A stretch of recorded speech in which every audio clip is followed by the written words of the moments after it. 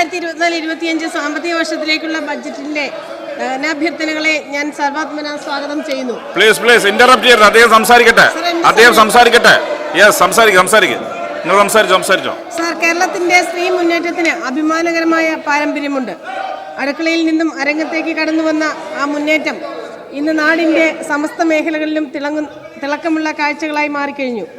അതിനെ കൂടുതൽ പുരോഗതിയിലേക്ക് നയിക്കുന്നതിനും സുരക്ഷയും ക്ഷേമവും ഉറപ്പുവരുത്തുന്നതിനുമാണ് കഴിഞ്ഞ 8 വർഷങ്ങൾ LDF ഗവൺമെൻറ് ശ്രമിച്ചിട്ടുള്ളത്.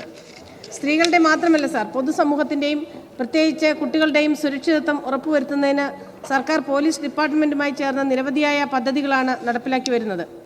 സൈബർ ലോകത്ത് വർദ്ധിച്ചു വരുന്ന കുറ്റകൃത്യങ്ങൾക്കെതിരെ കുട്ടികളെ സജ്ജരാക്കുവാനായി കേരള പോലീസ് ബച്പൻ ബച്ചാവോ ആന്തോളൻ സംഘടനയുമായി കൈകോർത്ത് കേരളത്തിൽ നടപ്പിലാക്കുന്ന സമഗ്ര ബോധവൽക്കരണ നിയമസഹായ പദ്ധതിയാണ് കൂട്ട്. കുട്ടികളിൽ സുരക്ഷിതമായ ഓൺലൈൻ ഉപയോഗം ഉറപ്പുവരുത്തുവാനുള്ള ഇടപെടലുകൾ, കൗൺസിലിംഗ് സെൻ്ററുകൾ, നിയമസഹായ കേന്ദ്രങ്ങൾ തുടങ്ങിയവ ഇതിൻ്റെ ഭാഗമായി സംസ്ഥാനത്ത് പ്രവർത്തിക്കുന്നു സർ. നമ്മുടെ കുട്ടികൾക്ക് ചുറ്റുമുള്ള സുരക്ഷാ വലയം തകർക്കപ്പെടുമ്പോൾ നിശബ്ദ കാണികളായി നിൽക്കുന്നതിന് പകരം കേരള പോലീസ് കുട്ടികളുടെ സുരക്ഷ, സംരക്ഷണം, വികസനം എന്നിവയ്ക്ക് വിവിധ സംരംഭങ്ങൾക്ക് തുടക്കം കുറിച്ചിട്ടുണ്ട്. രാജ്യത്തിന് തന്നെ മാതൃകയായ രീതിയിലാണ് നമ്മുടെ സ്കൂളുകളിൽ നടപ്പിലാക്കി വരുന്ന SPCയെ നാം നോക്കിക്കാണേണ്ടത്. സാമൂഹിക പ്രതിബദ്ധതയുള്ള ഒരു പുതുതലമുറയെ വാർത്തെടുക്കുന്നതിന് ഈ പദ്ധതി എത്രമാത്രം പ്രയോജനകരമാണെന്ന് നമുക്കെല്ലാവർക്കും അറിയാവുന്നതാണ്. എല്ലാ കുട്ടികൾക്കും ക്ഷേമം ഉറപ്പുവരുത്തുക, കുട്ടികളിലെ പെരുമാറ്റ വൈകല്യങ്ങൾ, വൈകാരികവും വ്യക്തിപരവുമായ പ്രശ്നങ്ങൾ, പഠന പ്രശ്നങ്ങൾ, ശാരീരിക വെല്ലുവിളികൾ എന്നിവ തിരിച്ചറിയുകയും വേണ്ടവിധം പരിഹരിക്കപ്പെടുകയും ചെയ്യുക എന്ന ലക്ഷ്യത്തോടെ ചിരി ഹെഡ് ഡെസ്ക് സംസ്ഥാനത്ത് മികച്ച രീതിയിൽ പ്രവർത്തിക്കുന്നു. പോലീസ് നടത്തുന്ന ഹോപ്പ് പ്രോജക്റ്റ് വളരെ വലിയ പ്രതീക്ഷയാണ് സർ നമുക്ക് നൽകുന്നത്. കാരണം SLC +2 പരീക്ഷകളിൽ ഫുൾ A+ ലഭിച്ച കുട്ടികളെ വിവിധങ്ങളായ സംഘടനകളും മറ്റുമെല്ലാം ആദരിക്കുമ്പോൾ പരാജയപ്പെട്ടു പോയവരുടെ കാര്യത്തിൽ നമ്മൾ ആരും തന്നെ യഥാർത്ഥത്തിൽ ശ്രദ്ധിക്കുന്നില്ല എന്നുള്ളത് വസ്തുതയാണ്. ഈ സന്ദർഭത്തിലാണ് പോലീസ് വകുപ്പ് ഹോപ്പ് പ്രോജക്റ്റുമായി കുട്ടികളുടെ മുൻപിലേക്ക് എത്തുന്നത്. പരാജയപ്പെട്ടു പോയ ഇപ്പോൾ 98% കുട്ടികൾ SLC പാസ്സായെങ്കിൽ 2% കുട്ടികളെ വീണ്ടും ജീവിതത്തിലേക്ക് കൈപിടിച്ചുയർത്തുന്നതിന്, അതോടൊപ്പം തന്നെ +2 ക്ലാസ്സുകളിൽ പരാജയപ്പെട്ടു പോയ കുട്ടികളെ, വിദ്യാഭ്യാസത്തിൻ്റെ സാമൂഹ്യവൽക്കരണ പ്രക്രിയയിൽ നിന്ന് അകന്നു പോകുന്ന കുട്ടികളെ പ്രതീക്ഷ നൽകി ജീവിതത്തിലേക്ക് തിരികെ കൊണ്ടുവരുന്ന പദ്ധതിയാണ് പോലീസിൻ്റെ ഇത്തരത്തിലുള്ള പ്രവർത്തനങ്ങളിലൂടെ സാധ്യമാകുന്നത്. അതിലൂടെ നിരവധിയായ പരാജയപ്പെട്ടു പോകുന്ന അല്ലെങ്കിൽ എലിജിബിൾ അല്ലാത്ത കുട്ടികളെ പഠനത്തിൽ മികച്ച നിലവാരത്തിലേക്ക് കൊണ്ടുവരുന്നതിന് ഈ പദ്ധതിയിലൂടെ പോലീസിന് സാധ്യമാകുന്നുണ്ട് എന്നുള്ളത് പോലീസിൻ്റെ സാമൂഹിക പ്രതിബദ്ധതയുടെ ഒരു തെളിവായി നമുക്ക് എടുത്തു കാണിക്കാവുന്നതാണ്. സർ, സ്ത്രീ സൗഹൃദ പോലീസ് സ്റ്റേഷനുകൾ കേരളത്തിലെ 110ഓളം പോലീസ് സ്റ്റേഷനുകളെ ഇത്തരത്തിൽ ശിശു സൗഹൃദ പോലീസ് സ്റ്റേഷനുകളായി മാറ്റം വരുത്തിയിട്ടുണ്ട്. ശിശു സൗഹാർദ്ദപരമായ സമീപനം, അന്തരീക്ഷം, അടിസ്ഥാന സൗകര്യങ്ങൾ, നടപടിക്രമങ്ങൾ, നിർവഹണം എന്നിവയിൽ വരുത്തിയിട്ടുള്ള പോലീസ് സ്റ്റേഷനുകളാണ് ഇവ. സ്ത്രീകളോടും കുട്ടികളോടും ഉള്ള ഓൺലൈൻ അടിസ്ഥാനമാക്കിയുള്ള ഉപദ്രവങ്ങൾ പരിഹരിക്കുന്നതിനുള്ള ദ്രുത പ്രതികരണ സംവിധാനം കൂടിയാണ് ഇത്. വനിതാ സ്വയം പ്രതിരോധ പരിശീലന പദ്ധതി. സാർ, നമുക്കറിയാം ഇക്കാലങ്ങളിൽ സ്വയം പ്രതിരോധം കൂടി സ്ത്രീകൾ തീർക്കേണ്ട ഒരു സാമൂഹ്യ സാഹചര്യമാണ് നമുക്ക് ചുറ്റുമുള്ളത്. എപ്പോഴാണ് ആക്രമിക്കപ്പെടുക, ആക്രമി നമ്മുടെ മുൻപിലേക്ക് ചാടി വരിക എന്നുള്ളത് യാതൊരു പ്രതീക്ഷയും ഇല്ലാതെ ആണ് നമ്മൾ എല്ലാവരും പലപ്പോഴും യാത്ര ചെയ്യുന്നത്. ആ ഒരു ഘട്ടത്തിൽ സ്വയം പ്രതിരോധ സംവിധാനം ഒരുക്കുക എന്നുള്ളത് ഈ കാലഘട്ടത്തിൻ്റെയും കൂടി ആവശ്യമാണ് എന്നുള്ളത് കൊണ്ട് തന്നെ പോലീസിൻ്റെ നേതൃത്വത്തിൽ സംസ്ഥാനത്തൊട്ടാകെ 212 വ്യത്യസ്ത സ്ഥാപനങ്ങളിലായി ആകെ 26,675 വനിതകൾക്ക് സ്വയം പ്രതിരോധ പരിശീലനം നൽകി എന്നത് ശ്ലാഘനീയമായ ഒരു കാര്യമാണ്. സ്കൂളുകൾ കൂടി കേന്ദ്രീകരിച്ചുകൊണ്ട്, പ്രത്യേകിച്ച് പെൺപള്ളിക്കൂടങ്ങൾ കൂടി കേന്ദ്രീകരിച്ചുകൊണ്ട് അത്തരത്തിലുള്ള പ്രതിരോധ പരിശീലന പരിപാടികൾ പോലീസിൻ്റെ നേതൃത്വത്തിൽ നടത്തണമെന്നുകൂടി ഞാൻ ഈ അവസരത്തിൽ വിനീതമായി സർക്കാരിൻ്റെ ശ്രദ്ധയിൽപ്പെടുത്തുകയാണ്. സർ, അതിദ്രുതം വളരുകയും മാറ്റങ്ങൾക്ക് വിധേയമാകുകയും ചെയ്തുകൊണ്ടിരിക്കുന്ന ഡിജിറ്റൽ ലോകത്ത് നിയമനിർവഹണ ഏജൻസികൾ ഏറ്റവും വലിയ വെല്ലുവിളി ഉയർത്തുന്ന മേഖലയാണ് സൈബർ കുറ്റകൃത്യങ്ങളുടെ അന്വേഷണവും കുട്ടികൾക്ക് സൈബർ സുരക്ഷ ഉറപ്പാക്കലും പോലീസിൻ്റെ ഏറ്റവും പ്രധാനപ്പെട്ട ദൗത്യങ്ങളിൽ ഒന്നാണ്.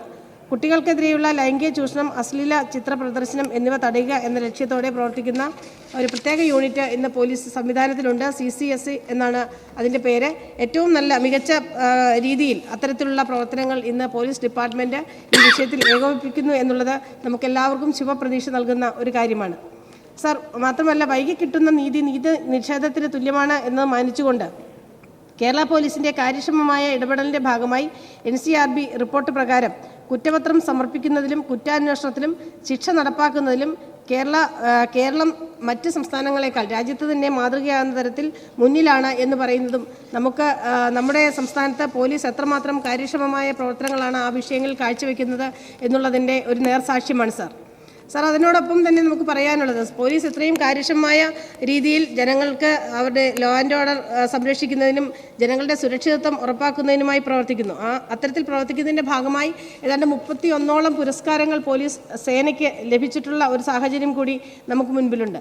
പക്ഷേ പലപ്പോഴും അവർ ജോലി ചെയ്യുന്ന ഇടങ്ങൾ, പോലീസ് സ്റ്റേഷനുകൾ ഉൾപ്പെടെ നമുക്ക് ഒരു പുനഃപരിശോധനയ്ക്ക് വിധേയമാക്കേണ്ട ഒരു കാര്യമുണ്ട്. സർ, സംതൃപ്തമായ ഒരു സേനയ്ക്ക് സംതൃപ്തമായ സേവനം ചെയ്യുവാൻ സാധിക്കൂ എന്നുള്ളത് കൊണ്ട് തന്നെ പോലീസ് സ്റ്റേഷനുകളുടെ ആധുനികവൽക്കരണം ഏറ്റവും പ്രധാനപ്പെട്ട ഒരു കാര്യമാണ്. പല പോലീസ് സ്റ്റേഷനുകളും നമ്മുടെ സർക്കാർ വന്നതിന് ശേഷം നവീകരിക്കപ്പെട്ടിട്ടുണ്ട്. പലപ്പോഴും ഇപ്പോൾ വൈക്കത്ത് തന്നെ MLA ഫണ്ട് ഉപയോഗിച്ചുകൊണ്ട് തന്നെ പോലീസ് സ്റ്റേഷനുകളുടെ നവീകരണത്തിനും അവർക്ക് റെസ്റ്റ് റൂം ഉൾപ്പെടെയുള്ളവ നിർമ്മിച്ചു കൊടുക്കുന്നതിനുമെല്ലാം MLA-മാരെല്ലാവരും തന്നെ മുന്നോട്ട് വരുന്നുണ്ട്. എങ്കിലും അവിടെ ആധുനികവൽക്കരിക്കപ്പെടുക എന്നുള്ളത് ഈ കാലഘട്ടത്തിൻ്റെയും കൂടി ആവശ്യമാണ് എന്നുള്ളത് കൊണ്ട് പോലീസ് സ്റ്റേഷനുകളുടെ ആധുനികവൽക്കരണം ഏറ്റവും പ്രധാനമായി തന്നെ സർക്കാർ എടുക്കേണ്ടതാണ്. കാരണം ഏറ്റവും വേഗം തന്നെ നീതി നടപ്പിലാക്കുന്നതിന് ആവശ്യമായ നടപടികൾ പോലീസ് സ്റ്റേഷൻ്റെ ഭാഗമായി പോലീസ് സേനയ്ക്ക് ചെയ്യണമെങ്കിൽ ആധുനികവൽക്കരണം ഏറ്റവും പ്രധാനപ്പെട്ട ഒരു കാര്യമായി മാറിക്കൊണ്ടിരിക്കുന്നു. സർ, അതോടൊപ്പം തന്നെ ജനസംഖ്യയ്ക്ക് അനുപാതികമായി പോലീസ് സേനയുടെ അംഗബലം വർദ്ധിപ്പിക്കുക എന്നുള്ളതും ഈ കാലഘട്ടത്തിൻ്റെ ഏറ്റവും വലിയ ഒരു ആവശ്യമാണ് സർ. ലോക്കൽ പോലീസ് സ്റ്റേഷനുകളിൽ സ്ട്രെങ്ത് വർദ്ധിപ്പിക്കുന്നതിന് വേണ്ടി സർക്കാർ KCP കൊണ്ടുവന്നെങ്കിലും അത് കാര്യക്ഷമമായ രീതിയിൽ പ്രാവർത്തികമായോ എന്ന് പരിശോധിക്കപ്പെടണം. സാർ, ഞങ്ങൾ പലപ്പോഴും ഇപ്പോൾ MLA-മാരുടെ ഭാഗത്തു നിന്ന് പോലീസിൻ്റെ സേവനം ആവശ്യമുള്ള ചില സന്ദർഭങ്ങളിൽ പോലീസ് സ്റ്റേഷനിലേക്ക് വിളിക്കാറുണ്ട്. ഇപ്പം കൂടുതലായി സ്കൂൾ ടൈമുകളിൽ സ്കൂളിൻ്റെ മുന്നിൽ കുട്ടികൾക്ക് സുരക്ഷിതത്വം ഒരുക്കുന്നതിന് വേണ്ടിയും ഒപ്പം തന്നെ SPC ട്രെയിനിങ് കൊടുക്കുന്നതിന് വേണ്ടിയിട്ടുള്ള പോലീസ് സേനയെ വിടുന്നതിനും അപ്പോൾ എൻ്റെ ഒരു അനുഭവത്തിലാണെങ്കിൽ വൈക്കം ഗവൺമെൻറ് ആശുപത്രിയിൽ മദ്യത്തിനും മയക്കുമരുന്നിനും അടിമയായ കുറേ അധികം പേർ ആശുപത്രി ആക്രമിക്കുന്നൊരു സന്ദർഭത്തിൽ അവിടെ മുൻപുണ്ടായിരുന്ന ഒരു എയ്ഡ് പോസ്റ്റ് അത് വീണ്ടും പുനഃസ്ഥാപിക്കണമെന്ന് ബഹുമാനപ്പെട്ട ആരോഗ്യമന്ത്രിയോട് അഭ്യർത്ഥിക്കുകയും അതിന് ഓർഡർ ഇറക്കുകയും ചെയ്തെങ്കിൽ പോലും വൈക്കം പോലീസ് സ്റ്റേഷനിൽ നിന്നും കോട്ടയം SP-യുടെ ഭാഗത്തു നിന്നും നമുക്ക് കിട്ടിയ മറുപടി അതിനാവശ്യമായ സ്റ്റാഫ് ഇല്ല എന്നുള്ളത് കൊണ്ട് അത് പുനഃസ്ഥാപിക്കുന്നതിന് നിലവിൽ സാഹചര്യമില്ല എന്നുള്ള തരത്തിലുള്ള അറിയിപ്പുകളാണ് നമുക്ക് കിട്ടുന്നത്. അപ്പോൾ ആ തരത്തിൽ പോലീസിന് ആവശ്യമുള്ള സ്ട്രെങ്ത് ഉണ്ടെങ്കിൽ മാത്രമാണ് നമുക്ക് ഇത്തരത്തിലുള്ള കാര്യങ്ങൾക്ക് ആവശ്യമായ സംവിധാനങ്ങൾ ഇണക്കുന്നതിന് സാധിക്കൂ എന്നുള്ളത് കൊണ്ട് അടിയന്തരമായി തന്നെ പോലീസ് സേനയുടെ സ്ട്രെങ്ത് വർദ്ധിപ്പിക്കുന്നതിന് ആവശ്യമായ ഇടപെടലുകൾ സർക്കാരിൻ്റെ ഭാഗത്തു നിന്ന് ഉണ്ടാകണമെന്ന് അഭ്യർത്ഥിക്കുകയാണ്. സാർ, ഈ സമയത്ത് എനിക്ക് വൈക്കത്തെ സംബന്ധിച്ചിടത്തോളം 1-2 കാര്യങ്ങൾ കൂടി പറയുവാനുണ്ട്. മറ്റൊന്നുമല്ല സാർ, വൈക്കം സത്യാഗ്രഹത്തിൻ്റെ 100ാം വാർഷികം ആഘോഷിക്കുന്ന സമയമാണ്.